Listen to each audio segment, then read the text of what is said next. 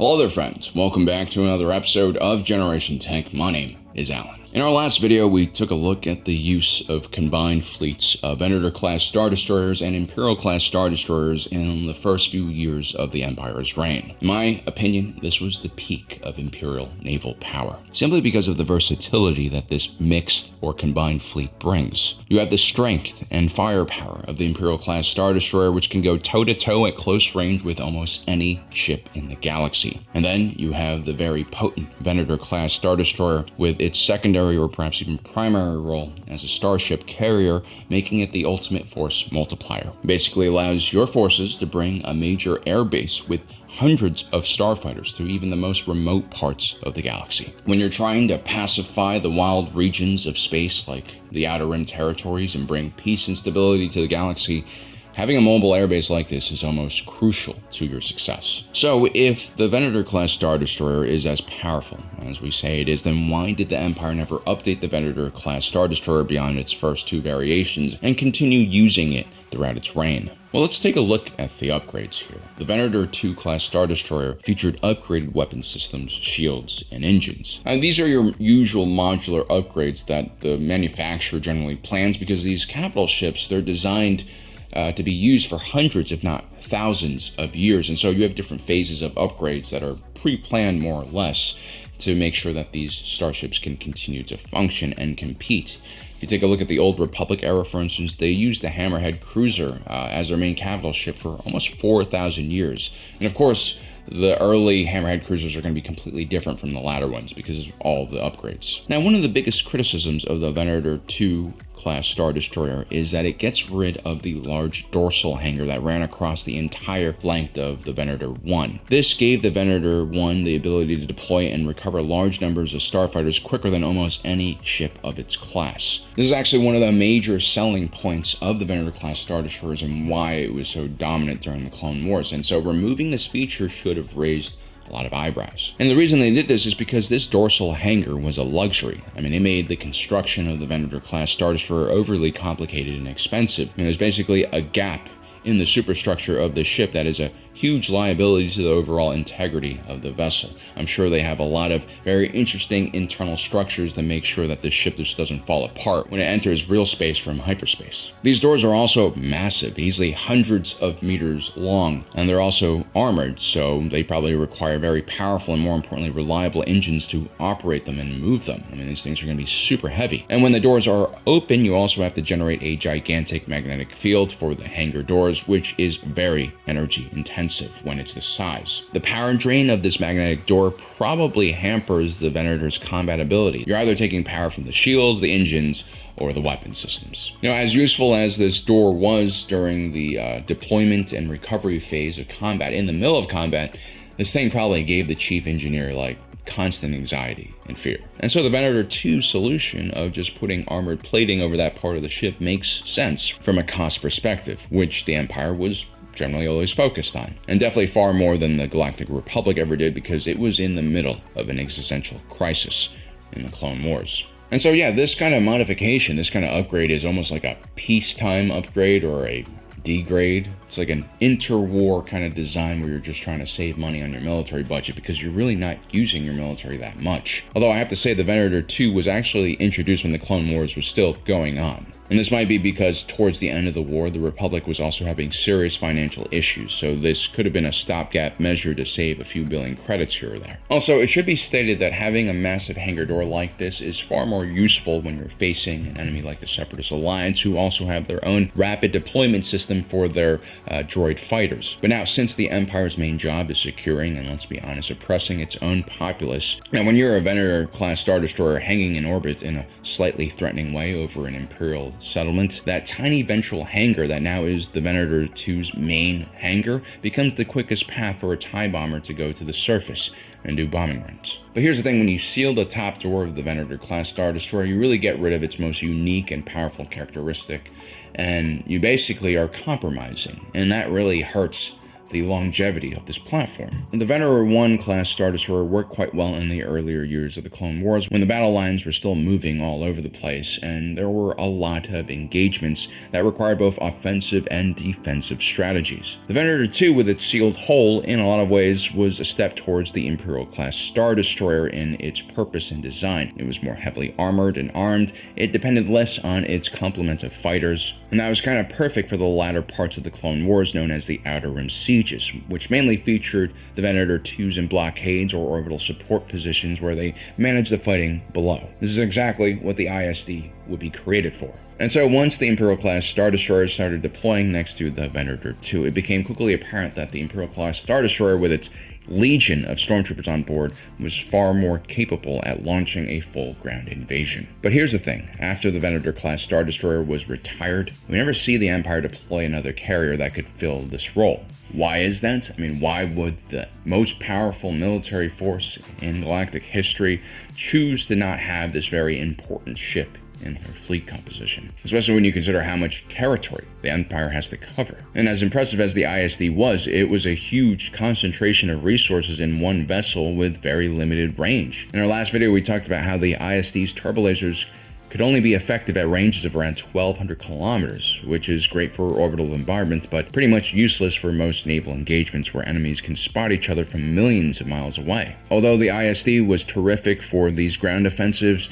it just didn't have enough starfighters on board or the right type of starfighters for the type of missions you would need to pacify an entire sector. So actually, the Empire does have a carrier. It's just not as large as the Venator. They have this thing instead. It's the Quasar Fire class cruiser carrier. There are two variants of this, and as far as I can tell, the second version is just, again, it's going to have those modular upgrades we talked about to bring it into the next phase of its operations. Now, the Quasar Fire class cruiser carrier at first glance will seem very underwhelming at 340 meters in length. It's about a third of the size of the Venator class Star Destroyer, and it can only carry a complement of 4 squadrons of TIE starfighters. That's about a tenth of what a Venator class Star Destroyer could carry, and it's even less than the 6 squadrons that an Imperial class Star Destroyer can bring to the fight. The Quasar Fire class cruiser was also armed like a carrier, which means aside from the 2 light turbolasers for point defense, this vessel mainly relied on its onboard complement of fighters for protection. That or its escort vessels, usually Gazanti class frigates and Architans class light cruisers. You know, in the grand epic space battles of the Clone Wars, the Quasar Fire class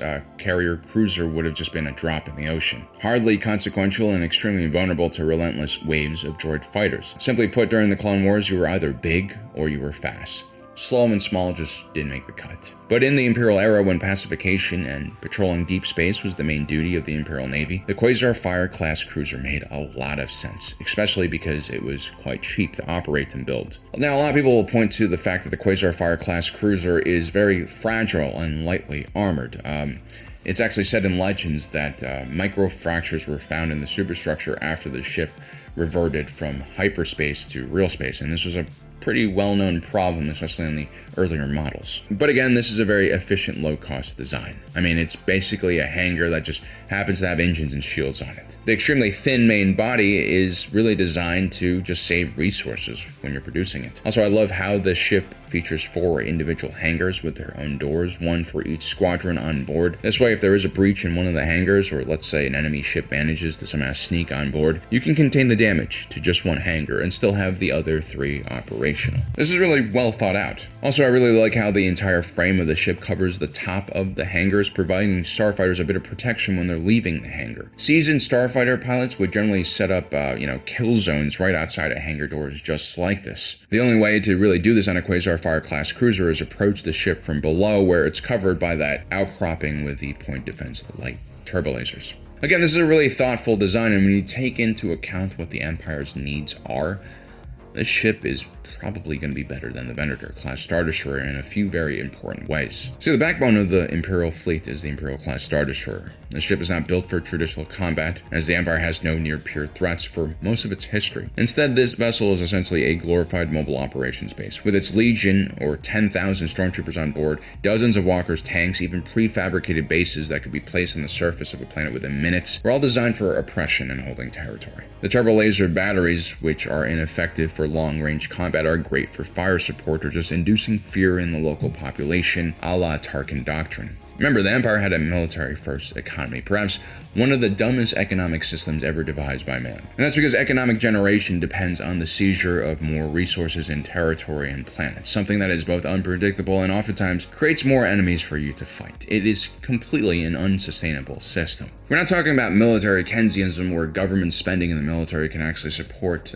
private defense contractors. The Empire nationalized everything and took control of everything. The quality of basic goods and services all across the galaxy declined rapidly with the onset of the Empire's policies. Hence the focus on producing these gigantic flying military bases. Up until now, I've focused mainly on the Empire's lack of ability to project its power to multiple systems. I have attributed that to the ISD for being too cost-intensive and too large of a concentration of resources in one platform, especially when that platform lacks hyperdrive-equipped starfighters. But we've recently come to realize that the Empire probably doesn't use hyperdrive-equipped starfighters, not only because they're more expensive to produce, but because it allows individual pilots more freedom and therefore the ability to defect. And so what is the best way to project Imperial power to multiple systems? Well, it's the Quasar class cruiser, a small, light, hyperdrive-equipped carrier that can deploy 4 squadrons of TIE fighters, enough to handle most pirates or bandit threats. It's basically 2/3 of the starfighters found on an Imperial Class Star Destroyer, and it can be built at a fraction of its price and operations costs. The reality was, the Venator Class Star Destroyer's upgrade wasn't the only thing to doom this platform.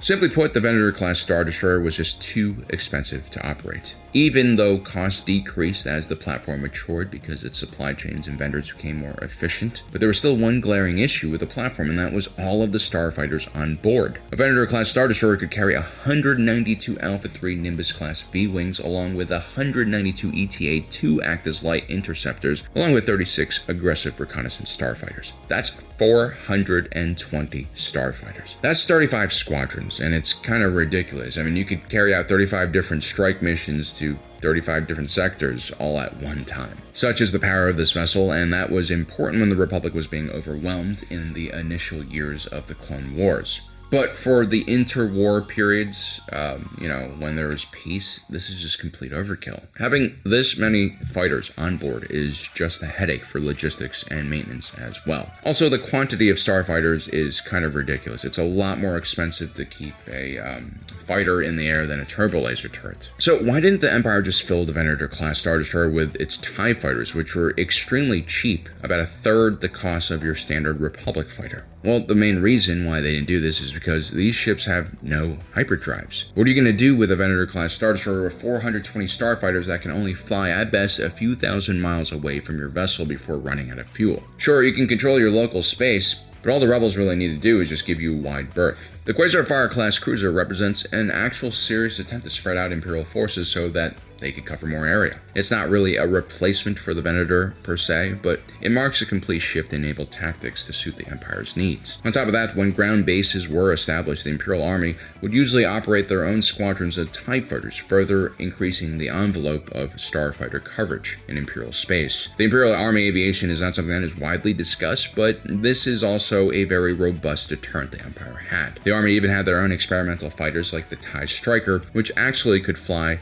by using lift, making it one of the most dominant in-atmosphere fighters in the galaxy. These army bases were also able to patrol the local systems at a fraction of even the Quasar class cruisers' operating costs. So I realized, a lot of Star Wars ships are misunderstood, and this is primarily because of the Empire's own propaganda. It plays itself off as this very dominant military force, as this military-first strategy, but again, all throughout history, military-first economies do not produce powerful militaries. They produce large quantities of war material, like North Korea probably has more artillery pieces than most countries in the world, but they aren't exactly the most accurate artillery pieces, and that's exactly what you have with the Empire. This is a massive, massive military force of kind of low-quality ships. And I think if we reframe how we view the Empire, then it's much easier to understand the type of choices they would make from transitioning from the Republic to the Empire. Well, guys, I hope you enjoyed today's video. Don't forget to subscribe, hit that notification button down below so you don't miss out on the rest of our awesome content. As usual, my name is Alan, reminding you that my allegiance is to the Republic, to democracy. See you next time.